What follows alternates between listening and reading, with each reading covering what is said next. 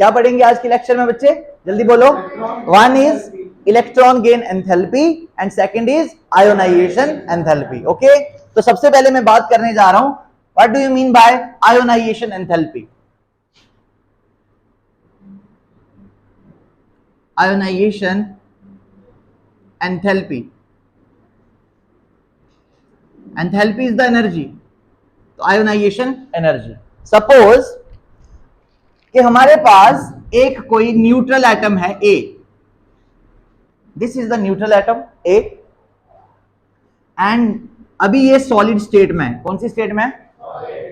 ठीक है, आपने क्या करना है, सबसे पहले इसको एनर्जी देनी है और इसको गैसीय स्टेट में ले जाना है। कौन सी स्टेट में ले जाना है? सो अब आपका ये ए एटम जो है ये कौन सी स्टेट में आ गया? गैसीय स्टेट में आ गया। अब गैसीय स्टेट में आने के बाद आप इसको दोबारा से एनर्जी दोगे, लेकिन यहां पर आप मुझे बताओ, जब आप किसी सॉलिड को गैसीय स्टेट में लेके आते हो, वहां पर जो आपको उसको एनर्जी देते हो वो कौन सी एनर्जी होती है? Sublimation energy. तो यहां पर आपने इसको कौन सी एनर्जी दी थी बच्चे? Sublimation energy. तो मैं लिख देता हूं, यहां पर आपने इसको सब्लिमेशन एनर्जी दे दी और ये गैसीय स्टेट में आ गया। ओके, अब दोबारा से आपने इसको एक एनर्जी दी, that is the ionisation energy. क्या बोलते हैं उसको? Ionisation energy. आई के साथ मैंने डिनोट किया। आयोनाइजेशन एनर्जी वो एनर्जी होती है जो इलेक्ट्रॉन को बाहर निकालने के लिए लगती है। समझ में आया? लेकिन कहां से निकलता है इलेक्ट्रॉन बाहर? गैसियस एटम से। कहां से? गैसियस एटम से। अब इसका इलेक्ट्रॉन रिमूव हो गया, तो बताओ ए क्या बन जाएगा? जब इसका एक इलेक्ट्रॉन रिमूव हो जाएगा तो इसके ऊपर चार्ज कौन सा आएगा बच्चे? पॉजिटिव। तो आप इसके ऊपर पॉजिटिव चार्ज बना लीजिए। रहेगा क्या? ये गैसियस, और साथ में यहां से बाहर क्या निकल गया? इलेक्ट्रॉन। ये पूरी ना, देखो जनरली डेफिनेशन पढ़ी जाती है, what do you mean by ionization enthalpy. तो हम सिंपल बोल देते हैं कि किसी एटम से आउटर मोस्ट इलेक्ट्रॉन को निकालने के लिए कितनी एनर्जी लगेगी, that is known as ionisation energy. एक एटम के लास्ट इलेक्ट्रॉन को बाहर निकालने के लिए कितनी एनर्जी लगेगी, that is the ionisation energy. समझ में आ रही है बच्चे बात? लेकिन ये नहीं होती आयोनाइजेशन एनर्जी। आयोनाइजेशन एनर्जी की कंप्लीट डेफिनेशन क्या है? देखो, इलेक्ट्रॉन यहां से निकला या यहां से निकला? सॉलिड स्टेट से नहीं ना निकला, कहां से निकला? गैसीय स्टेट से निकला। तो डेफिनेशन भी फिर यहीं से स्टार्ट होनी चाहिए। समझ में आया? मुझे बताओ, ये जो एटम मैंने यहां पर लिखा हुआ है, क्या ये न्यूट्रल है? इसके ऊपर कोई चार्ज है? ये न्यूट्रल है। क्या इसके साथ कुछ और कॉम्बिनेशन में है, ये इंडिपेंडेंट एटम है? ठीक है, तो न्यूट्रल के साथ साथ ये क्या? आइसोलेटेड भी है। आइसोलेटेड मतलब इंडिविजुअल। ठीक है, तो ये आइसोलेटेड भी है। दो चीजें क्लियर हो गई, न्यूट्रल भी है, आइसोलेटेड भी है, और बच्चे ये गैसियस भी है ना? न्यूट्रल भी है, आइसोलेटेड भी है और गैसियस भी है। तो अगर आप किसी न्यूट्रल आइसोलेटेड गैसियस एटम को एनर्जी देके उसका इलेक्ट्रॉन रिमूव करवा देते हो, और इलेक्ट्रॉन रिमूव होने के बाद वो गैसियस कैटाइन बन जाए, क्या बन जाए? है ये गैसियस कैटाइन। कैटाइन क्या होता है बच्चे? कैटाइन क्या होता है? बड़ी बार भूल जाता है कैटाइन क्या होता है। तो सिंपली बोलेंगे कैटाइन होता है कटा हुआ, है ना? अरे मैंने ऐसे किया और इसको काट दिया, कौन सा चार्ज बन गया? तो कैटाइन पे कौन सा चार्ज होता है? तो ये आपका गैसियस कैटाइन बन गया। समझ में आ गई बात? तो बच्चे डेफिनेशन क्या हुई फिर, बताना मुझे। आयोनाइजेशन एंथैल्पी की डेफिनेशन क्या हुई? आपने एक ऐसे एटम को एनर्जी दी जो न्यूट्रल था, आइसोलेटेड था और गैसियस था। क्यों दी? ताकि आप उसका इलेक्ट्रॉन क्या कर सको? रिमूव कर सको। That energy is known as ionisation energy. क्या डेफिनेशन आया बच्चे? बोलो। The minimum energy required to remove electron from neutral. लेकिन ये जो इलेक्ट्रॉन आप निकालोगे, ये निकालना बाहर वाला ही है, जो सबसे लूजली बाउंडेड है, जो सबसे बाहर वाली साइड है, जो बैलेंस शेल में है। समझ में आया? So the minimum energy required to remove electron from neutral isolated gaseous atom to make it a gaseous cation is known as ionisation energy. बात समझ में आई कि नहीं? अब मैं इसकी एक कॉमन एग्जांपल ले लेता हूं, ध्यान दीजिए। हमारे पास था सोडियम एटम। कौन सा एटम बच्चे? Sodium atom. इसकी इलेक्ट्रॉनिक कन्फिगरेशन क्या होती है? इसका एटॉमिक नंबर होता है 11। तो फर्स्ट शेल में कितने हैं? सेकंड शेल में कितने हैं? और थर्ड शेल में कितने हैं? 1। तो इसका बैलेंस शेल में कितने इलेक्ट्रॉन हुए? 1। ये इसको लूज करना चाहता है, लेकिन अभी ये कौन सी स्टेट में है? तो ये इलेक्ट्रॉन लूज नहीं कर सकता। तो पहले आप इसको एनर्जी दोगे कि नहीं? कौन सी एनर्जी दोगे? तो अब आपने इसको दे दी सब्लिमेशन एनर्जी, और सब्लिमेशन एनर्जी गेन करने के बाद ये किस में कन्वर्ट हो गया? गैसियस में कन्वर्ट हो गया। अभी भी ये 2, 8 एंड 1 ही है। अब आपने इसको वापिस एनर्जी दे दी। कौन सी एनर्जी? Ionisation energy. कौन सा? अभी तक आपने इसका कोई इलेक्ट्रॉन बाहर निकाला है? आप पहला इलेक्ट्रॉन निकाल रहे हो ना बाहर, तो इसको हम आयोनाइजेशन एनर्जी फर्स्ट बोलेंगे। क्या बोलेंगे? Ionisation energy first. मतलब पहला इलेक्ट्रॉन बाहर निकालने के लिए जो एनर्जी लग रही है, that is the first ionisation energy. समझ में आ गया? क्लियर हुआ? अब इसका इलेक्ट्रॉन निकल जाएगा। क्या आएगा बच्चे? Na के ऊपर कौन सा चार्ज? और यहां क्या लिख दूं? 2 एंड 8। और इलेक्ट्रॉन यहां से क्या हो गया? रिमूव। और ये अब कौन सी स्टेट में? तो आपने अब एक गैसियस कैटाइन बना दिया। समझ में आया बच्चे? सबको समझ में आया या नहीं? सही है सर? नो? ठीक है, ये था हमारा डेफिनेशन। आयोनाइजेशन एंथैल्पी क्या होता है? सबने नोट कर लिया? पक्का? अब नहीं नोट किया? ठीक है, अब हम लोग क्या करने वाले हैं? फैक्टर्स पढ़ेंगे कि ये जो आयोनाइजेशन एनर्जी है, इलेक्ट्रॉन का जो बाहर निकलना, बैलेंस शेल के इलेक्ट्रॉन का बाहर निकलना कौन से फैक्टर्स पे डिपेंड करता है। ठीक है बच्चे, क्या पढ़ेंगे? What are the various factors upon which ionisation energy depends. ज्यादा कब होगी और कम कब होगी। क्लियर हो गया? चलिए नेक्स्ट पढ़ते हैं। डस्टर था ना बेटे यहां पे? जल्दी से नोट कर लो।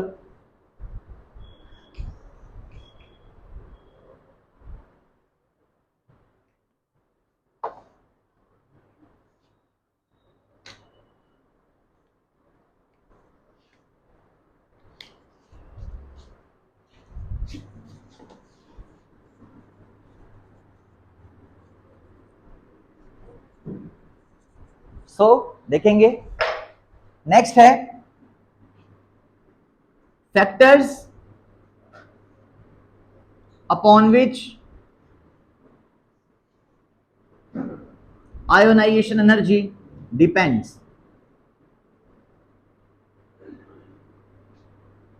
Factors upon which ionisation energy depends.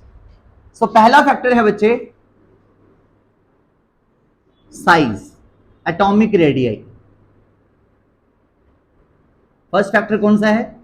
Atomic radii. ठीक है, अब आप मुझे बताओ, डाउन द ग्रुप जब हम जाते हैं, कौन से एलिमेंट से डाउन द ग्रुप? मैं एक रो ले लेता हूं पूरी। Lithium, sodium, potassium, rubidium, caesium, francium को छोड़ रहा हूं, लिखना है तो लिख दो। बट ये आपका कौन सा एलिमेंट होता है?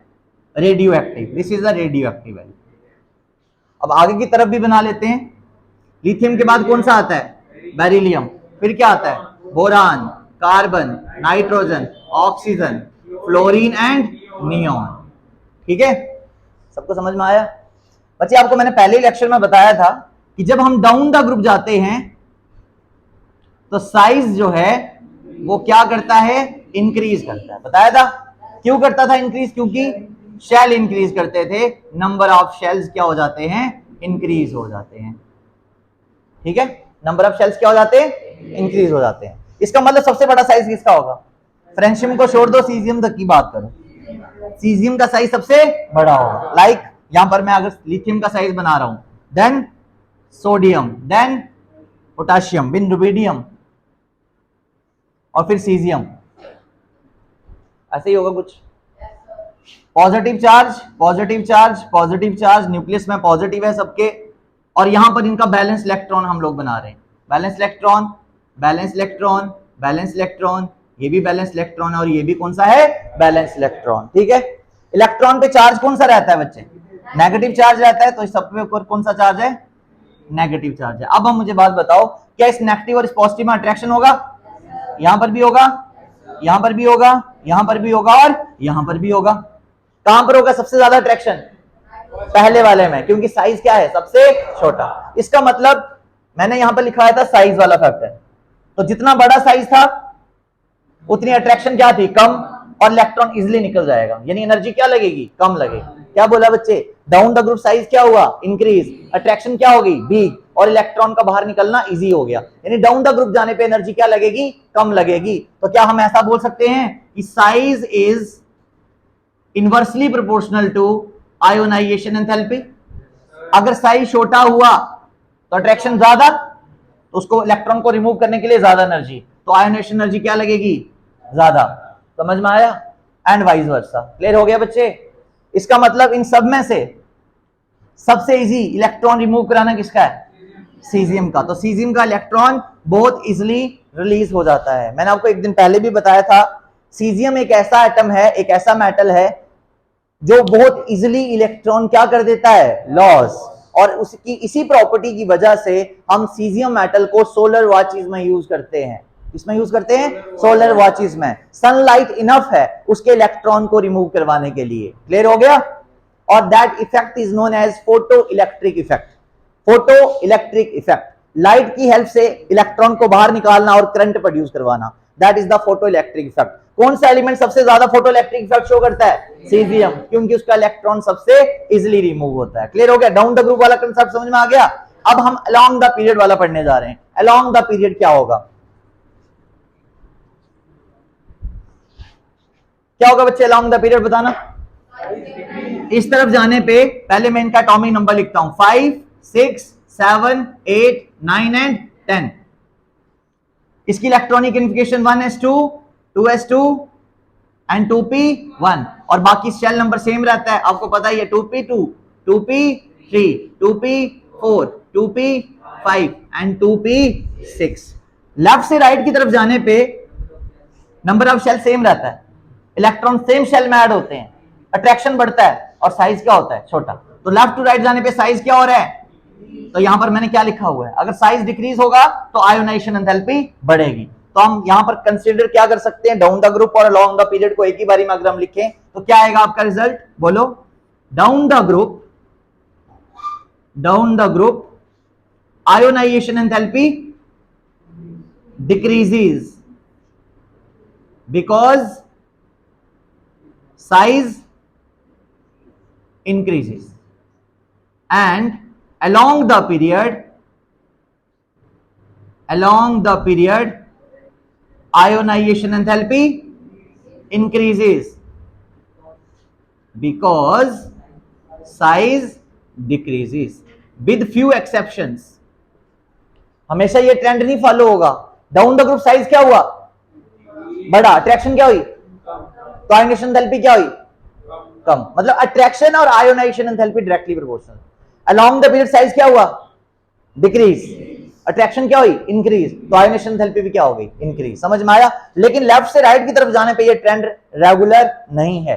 थर्ड फैक्टर जो मैं भी पढ़ाने जा रहा हूं, सेकंड फैक्टर, सॉरी, फर्स्ट तो साइज था, सेकंड फैक्टर जो मैं बताने जा रहा हूं उसमें इसका एक एक्सेप्शन केस है। ठीक है बच्चे, आप मुझे आंसर दो, यहां पर आप मुझे सभी बच्चे आंसर दो, नाइट्रोजन और ऑक्सीजन में से साइज किसका छोटा है, आगे की तरफ साइज डिक्रीज होता है ना, तो किसका साइज छोटा है, तो हमें यहां लग रहा है कि ऑक्सीजन का साइज क्या है, स्मॉल, उसमें अट्रैक्शन क्या होगी, ज्यादा, तो उसकी आयोनाइजेशन एंथैल्पी भी क्या होगी, ज्यादा। यानी ऑक्सीजन की आयोनाइजेशन एंथैल्पी नाइट्रोजन से ज्यादा होनी चाहिए, लेकिन नाइट्रोजन की आयोनाइजेशन एंथैल्पी ज्यादा है और ऑक्सीजन की आयोनाइजेशन एंथैल्पी कम है। ये ऐसा क्यों होता है वो मैं भी आपके साथ डिस्कस करता हूं। ठीक है, समझ में आया आपको क्वेश्चन, क्या बोला मैंने अभी, सिर्फ दो एलिमेंट का कंपैरिजन कर रहा हूं मैं, नाइट्रोजन का और ऑक्सीजन का। आगे की तरफ साइज क्या हुआ, डिक्रीज, तो अट्रैक्शन क्या हुआ, सो आयोनाइजेशन एंथैल्पी भी क्या होना चाहिए, हाँ, इंक्रीज होना चाहिए। इसका मतलब ऑक्सीजन की आयोनाइजेशन एंथैल्पी ज्यादा और नाइट्रोजन की आयोनाइजेशन एंथैल्पी कम।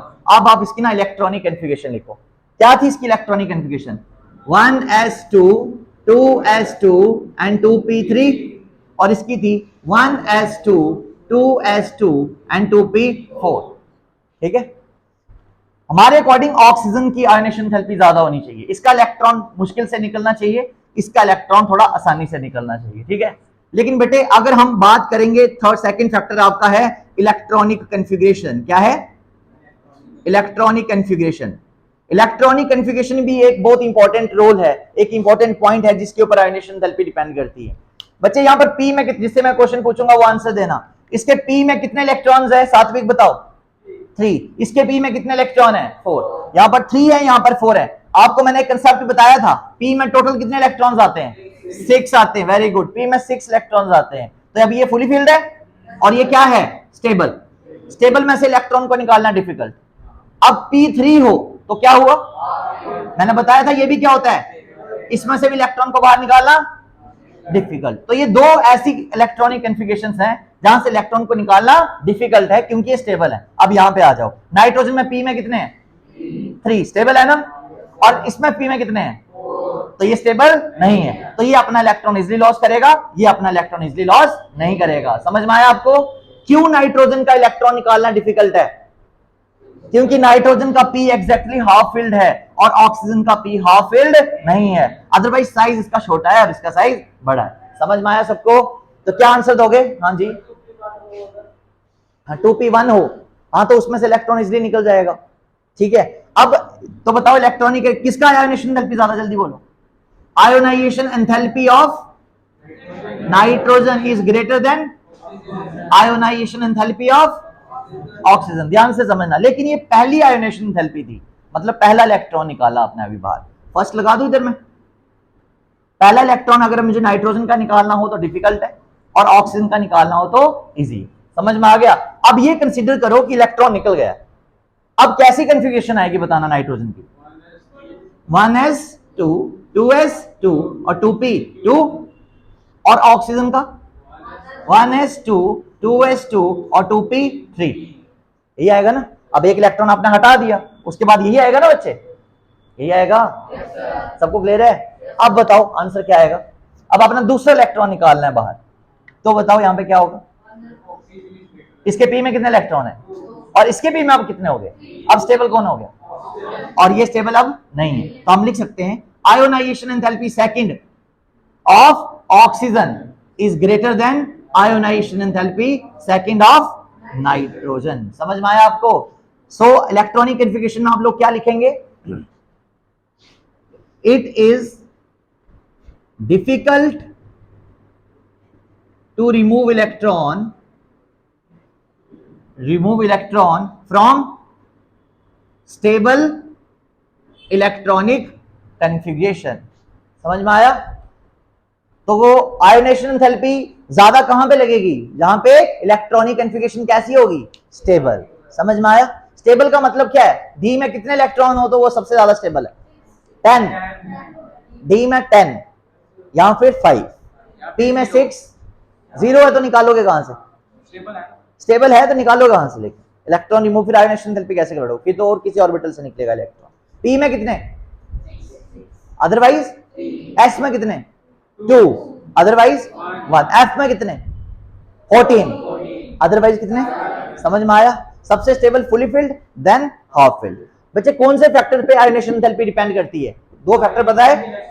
पहला साइज, छोटा साइज ज्यादा आयोनाइजेशन एंथैल्पी, बड़ा साइज कम आयोनाइजेशन एंथैल्पी। समझ में आ गई बच्चे बात? दूसरा फैक्टर कौन सा बताया? Electronic configuration. अगर आपकी इलेक्ट्रॉनिक कॉन्फ़िगरेशन क्या है? स्टेबल, तो आयोनाइजेशन एंथैल्पी क्या लगेगी? ज्यादा।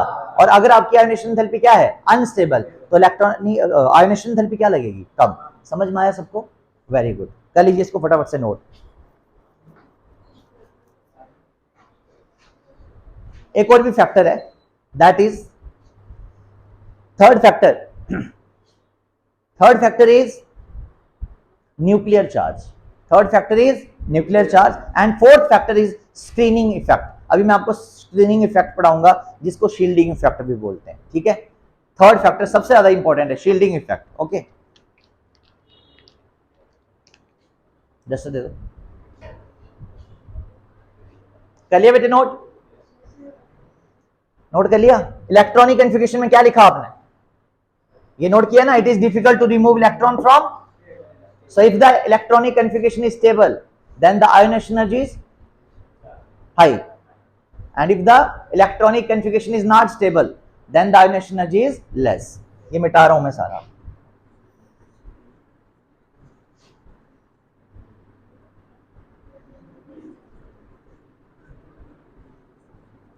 So third factor is screening effect.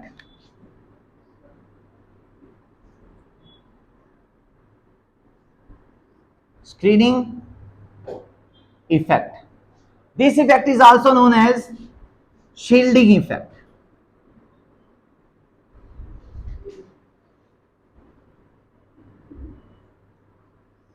Shielding effect. Okay बच्चे, इसको ध्यान से समझना.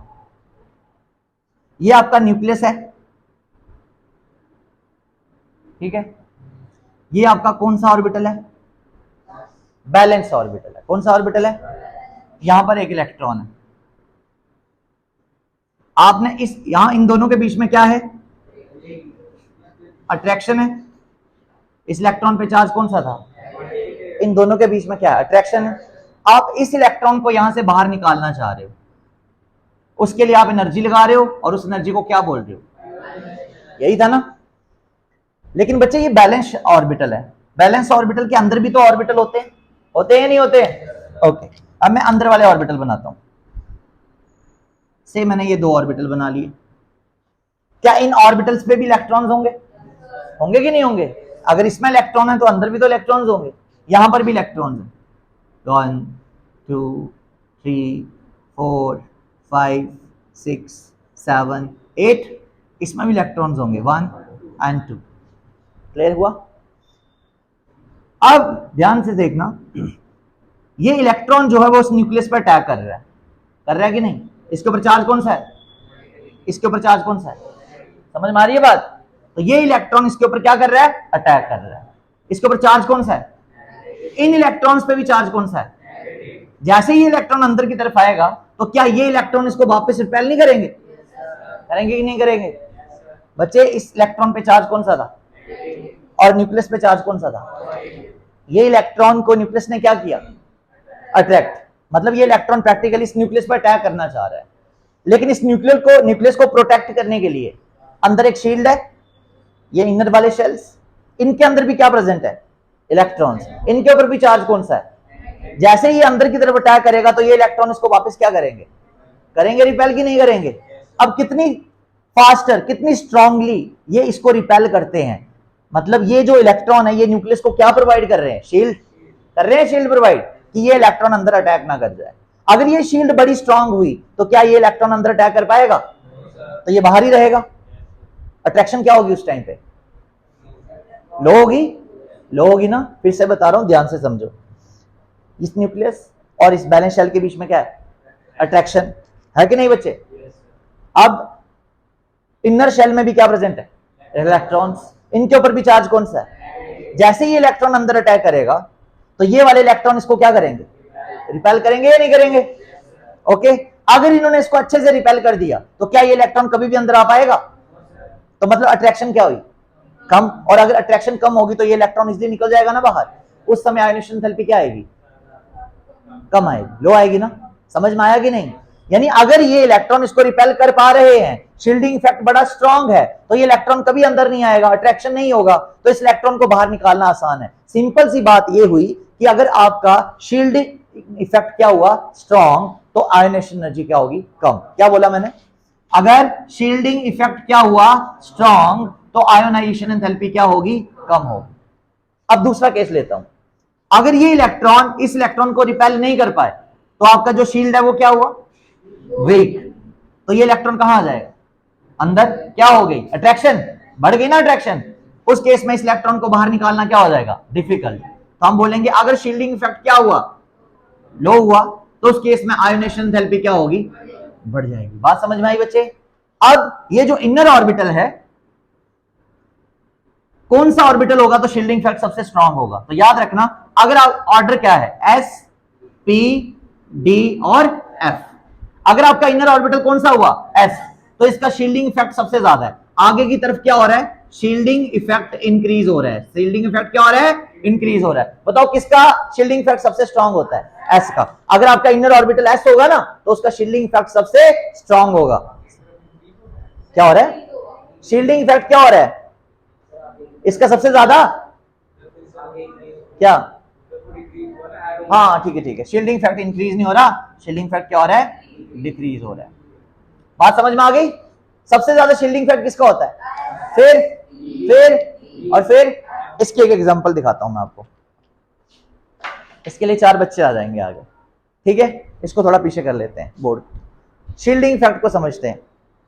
एक ऑर्बिटल कौन सा चाहिए? देखना बच्चे, इस पे दिख रहा है, सबसे क्लियर दिख रहा है। एक मुझे चाहिए इसके लिए, मनीष आ जाओ। मनीष, मैं न्यूक्लियस हूं, मैं कौन हूं?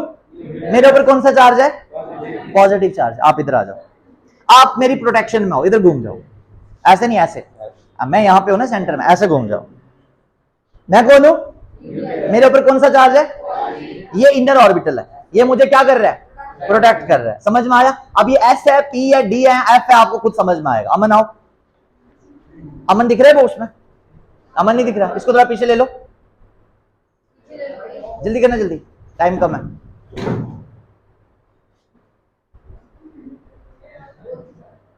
ठीक है, ओके, फोकस देना वो। ओके, देखो मैं कौन हूं? जोर से बोलिए, मैं कौन हूं? न्यूक्लियस। मेरे ऊपर कौन सा चार्ज है? पॉजिटिव चार्ज है। थोड़ा गैप मेंटेन करो, अमन थोड़ा दूर रहना, ठीक है? क्लियर हुआ? और अमन है बैलेंस इलेक्ट्रॉन। कौन सा इलेक्ट्रॉन? पहले थोड़ी देर के लिए आप साइड पे हो जाओ, इधर आ जाओ। मैं न्यूक्लियस हूं और ये कौन सा ऑर्बिटल है? इसका काम है मेरे पास क्या करना? अट्रैक्ट करना। समझ में आया? अगर अट्रैक्शन हो गई, अंदर आ जाओ, अट्रैक्शन हो गई तो मैं इसको पकड़ लूंगा जोर से। अब इसको बाहर निकालना क्या हो जाएगा? डिफिकल्ट। मतलब अगर अट्रैक्शन हो गई तो इलेक्ट्रॉन को बाहर निकालना क्या हो जाएगा? डिफिकल्ट। अब जाओ वापस। अब ये इनर ऑर्बिटल है, ध्यान से समझना। मैं कौन हूं? ये कौन सा ऑर्बिटल? हाँ, इनर ऑर्बिटल। और वो कौन सा? समझ में आया? अब मैं यहां खड़ा हूं, वो मेरे पे अटैक करेगा। बैलेंस इलेक्ट्रॉन मेरे पे क्या करेगा? अटैक। करो अटैक, अब बचाना मुझे। समझ में आ रही बात? फिर से ट्राई करो भाई, अपनी एक्चुअल एनर्जी शो करो। अमन इधर घूमो, आपने अटैक करना है मेरे ऊपर। अब देख रहे हो क्या हुआ इस केस में? फिर से देखो, फिर से करो, ताकत लगाओ ना अमन। बस ठीक है। आपने एक चीज ऑब्जर्व करी, अगर ये वीक होता तो ये होता एफ ऑर्बिटल। कौन सा? क्योंकि एफ ऑर्बिटल का शील्डिंग इफेक्ट नहीं होता, तो इस केस में ये एफ है और वो बैलेंस इलेक्ट्रॉन है। जब वो अटैक कर रहा है, फिर से करो अटैक करना, भी एक्चुअली अटैक करना इसके ऊपर, तो ये देखो अट्रैक्शन क्या हो गई? ये रोक पाया? ये कौन सा ऑर्बिटल था? एफ ऑर्बिटल बैलेंस इलेक्ट्रॉन को अंदर आने से नहीं रोक पाता। बात समझ में आ गई? अगर ये एस होता ना तो ये बड़ी जोर से रोक पाता। आप पीछे आओ। अब ये क्या है? न्यूक्लियस है, इसको मुझे प्रोटेक्ट करना है, मैं इनर ऑर्बिटल हूं। और ये कौन सा ऑर्बिटल है? Balance orbital. अब ये अटैक करेगा इस पे। अब आप खुद पहचानो मैं कौन सा ऑर्बिटल हूं। अटैक करो। अब क्या हुआ? क्या मुझे बताओ, क्या मैं कौन सा ऑर्बिटल हूं? अब क्या ये अंदर आ पाया? इसको मैंने बाहर धक्का मार दिया। अब इसका बाहर निकलना क्या हो गया? आसान। अब एनर्जी क्या लगेगी? कम।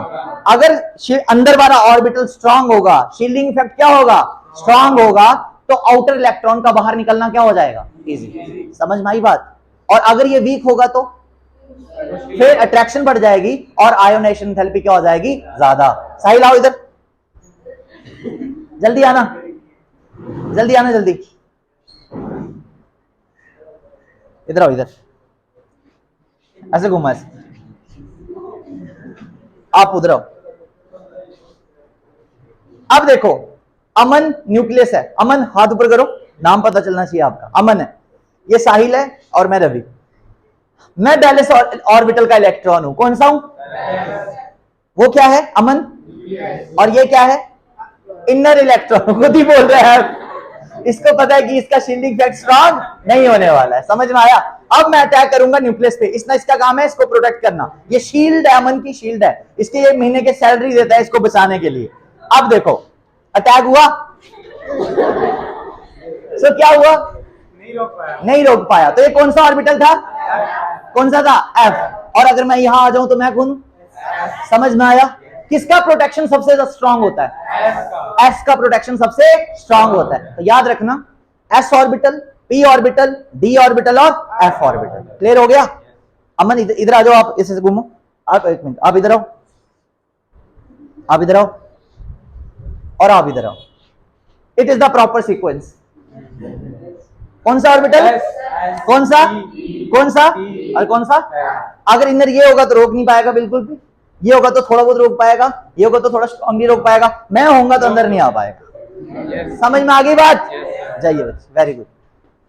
आपको आयोनाइजेशन एंथैल्पी जो होती है कौन से फैक्टर्स पे डिपेंड करती है? साइज। पहला फैक्टर साइज। अगर साइज बड़ा है तो अट्रैक्शन, मेनली बताऊं आयोनाइजेशन एंथैल्पी ना अट्रैक्शन पे ही डिपेंड करती है। किस पे? अरे आप खुद सोचो, अगर आपकी किसी के साथ बहुत ही स्ट्रॉन्ग अट्रैक्शन है ना, अगर आपकी किसी के लिए एक बहुत स्ट्रॉन्ग अट्रैक्शन है तो क्या आपसे उसको कोई दूर कर सकता है? क्योंकि अट्रैक्शन क्या है? समझ में आ रही है बात? अट्रैक्शन क्या है? स्ट्रॉन्ग। बच्चे एक किड को और उसकी मदर को ले लो, उनके बीच में अट्रैक्शन क्या है? आप कुछ और समझ रहे थे है ना? उनके बीच में अट्रैक्शन क्या है? स्ट्रॉन्ग। सो उस मदर से उस बच्चे को दूर करना क्या है? डिफिकल्ट, क्योंकि उनके बीच में अट्रैक्शन बड़ी स्ट्रॉन्ग है। वहां पर आयोनाइजेशन एंथैल्पी क्या लगेगी? बहुत ज्यादा। समझ में आ रही है बच्चे बात? और अगर F होगा, S होगा, P होगा, D इनर ऑर्बिटल पे भी डिपेंड करती है। तो पहला factor size, second factor electronic configuration. अगर इलेक्ट्रॉनिक कॉन्फ़िगरेशन स्टेबल हुआ तो आयोनाइजेशन एंथैल्पी ज्यादा, और अगर स्टेबल नहीं हुआ तो कम। तीसरा, अगर शील्डिंग इफेक्ट स्ट्रांग हुआ, किसकी वजह से होता है स्ट्रांग? इनर ऑर्बिटल कौन सा? फिर अगर मैंने एक सोल्जर रखना है तो मैं S वाला रखूंगा, P वाला रखूंगा, DF S वाला रखूंगा ना। मोदी जी को जो सिक्योरिटी मिली है Z प्लस सिक्योरिटी, वो समझ लो S वाली है, ठीक है? और पाकिस्तान में सिक्योरिटी F,